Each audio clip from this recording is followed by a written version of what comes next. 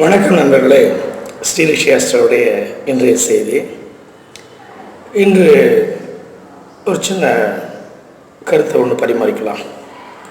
எப்படின்னா, ஒரு பெரிய மடாலயம், அங்கே ஒரு ஜென் குருவான ஒருத்தார். அவர்கிட்ட சீடர்கள் ஒரு 10-15 பேர் சுற்றி வட்டமாக உட்காந்து ஒரு கருத்தை விவாதிச்சுக்கிட்டு இருந்தாங்க. அப்போது ஒரு கருத்தை விவாதிக்கும் பொழுது என்ன கருத்துன்னா, நன்மை செய்தால் நன்மை கிடைக்கும், தீமை செய்தால் தீமை கிடைக்கும் அப்படிங்கிறது எல்லாரும் ஒப்புக்கொள்ளக்கூடிய ஒரு விஷயம். அப்போ தீமை செய்தவனுக்கு நன்மை கிடைக்குமா, நன்மை செய்தவனுக்கு தீமை கிடைக்குமா? ஆனால் நடந்து கொண்டிருக்கிறது. அதற்கு என்ன காரணம்? இது எல்லாருடைய வாழ்க்கையில் நடக்கிற ஒரு விஷயம். நல்லது பண்ணவங்களுக்கு கெட்டது நடக்குது, கெட்டது பண்ணவங்களுக்கு நல்லது நடக்குது. இது எதனால் அப்படின்னு சொல்லிட்டு ரொம்ப காரசாரமாக விவாதம் போயிட்டுருக்கு. இந்த சூழ்நிலையில் அந்த குரு அங்கே கிராஸ் ஆகிறார். விஷயம் அவர்கிட்ட போகுது. அவர் இவங்களை கூப்பிட்டு உட்கார வச்சு, எல்லாம் ரைட்டு தான், நான் ஒரு விஷயம் சொல்கிறேன் கேளுங்க அப்படின்னு சொல்லிட்டு, ஒரு கம்பெனியில், மிகப்பெரிய கம்பெனி, அந்த கம்பெனியில் ஒருத்தர் வேலை பார்க்குறார்.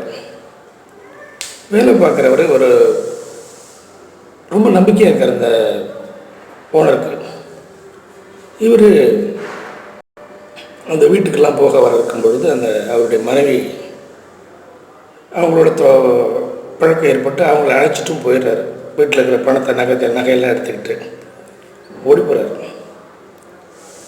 அந்த நிறுவனருக்கு கஷ்டமாக போச்சு. ரொம்ப ஆத்மார்த்தமாக அவருக்கு சாபம் கொடுக்குறாரு.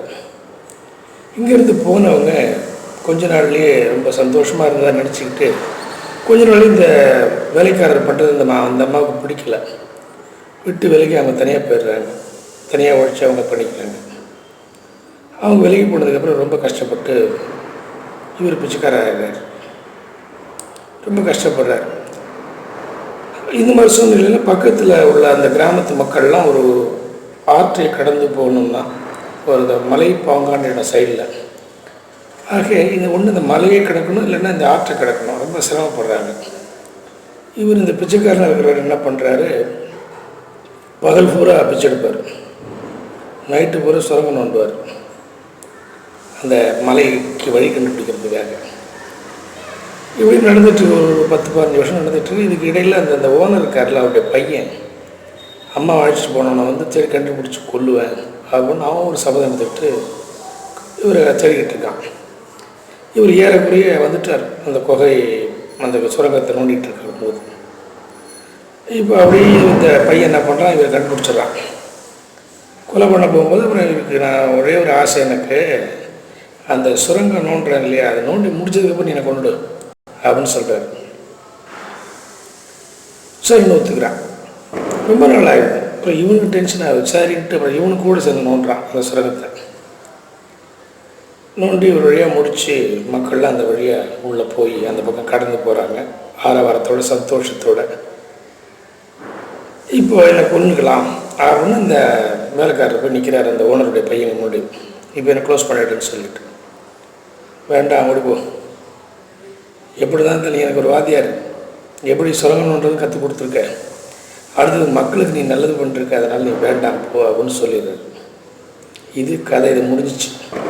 இப்போ இந்த குரு கேட்குறார் ஸ்டூடெண்ட்கிட்ட, இப்போ இவன் பண்ணது ரைட்டா அவன் பண்ணது ரைட்டா அப்படின்னு கேட்கும் பொழுது, எல்லாம் கர்ம தான். அந்த பாவம் செய்த பாவத்துக்கு பிராயச்சித்தம் ஏதோ ஒரு வகையில் கர்மா, வினை, போன பிறவினுடைய வினை இந்த பிறவியில் ஓரளவு அட்ஜஸ்ட் பண்ணிக்கிறார். ஆக பாவங்களை செய்தவர்கள் அனுபவித்துத்தான் சரி செய்து கொள்ள வேண்டும். ஆகவே நல்லது பண்ணவர்களுக்கு நல்லதும், கெட்டது பண்ணவங்களுக்கு கெட்டதுலாம் நடக்காது, கொஞ்சம் மாறி தான் நடக்கும். ஏன்னா கர்ம வினை இருக்கு இல்லையா, அதனால் இந்த கர்மா தான் வேலை செய்யுது. சரிங்களா? அதனால் இப்படி இருக்கே அப்படி இருக்கேன்னு சொல்லி மனசை போட்டு குழப்பிட்டு ஆதங்கப்பட்டு ஒன்றும் யூஸ் இல்லை. நன்றி நண்பர்களே. அனைவருக்கும் தீபாவளி நல்வாழ்த்துக்கள். நன்றி, வணக்கம்.